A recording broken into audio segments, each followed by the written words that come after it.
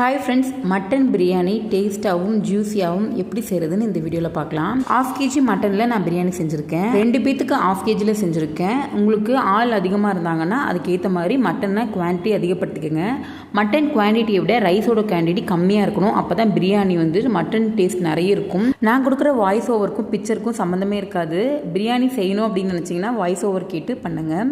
First மட்டனை pressure cook பண்ணி எடுத்துக்கலாம். இதுக்கு ஒரு மிக்சர் ஜாரில் தக்காளி, வெங்காயம், பச்சை மிளகா, பூண்டு, இஞ்சி, கருவேப்பிலை, கொத்தமல்லி இதெல்லாம் போட்டு கிரைண்ட் பண்ணி தனியாக வச்சுக்கோங்க. குக்கரில் எண்ணெய், மட்டன், அரைச்ச பேஸ்ட்டு இதெல்லாம் சேர்த்து உப்பு, மஞ்சத்தூள் சேர்த்து தண்ணி ஊற்றி 5 விசில் விட்டு எடுத்துக்கோங்க. வேக வச்ச மட்டன் தனியாக, அதோட சூப் தனியாக வச்சுக்கலாம். இப்போ ஒரு குக்கரில் ஆயில், கொஞ்சமாக கீ ஆட் பண்ணிக்கோங்க.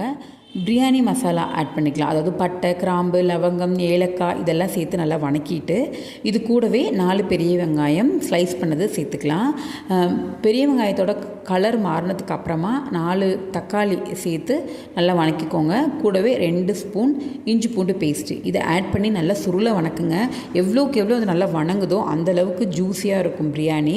இதுக்கப்புறமா இது கூட ஒரு கைப்பிடி அளவு கொத்தமல்லி, ஒரு கைப்பிடி அளவுக்கு புதினா எல்லாம் சேர்த்து நல்லா வணக்கி விட்டுட்டு உப்பு, மஞ்சத்தூள், 1/2 கப்பு தயிர் இதெல்லாமே சேர்த்து நல்லா வணக்கிடுங்க.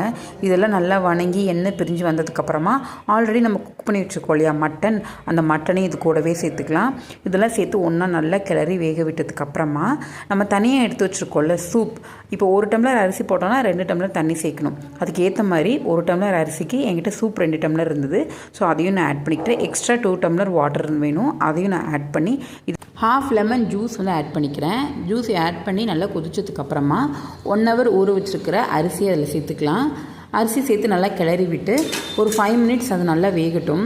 அதுக்கப்புறமா நம்ம மூடி போட்டு 3 விசில் விடணும். முதல் விசில் லோ ஃப்ளேமில் வச்சுட்டோம். அடுத்த 2 விசில் ஃபாஸ்ட்டாக வச்சு இறக்குனிங்கன்னா சூடான சுவையான mutton biryani ready. Next Sunday கண்டிப்பாக ட்ரை பண்ணி பாருங்கள். பாய்.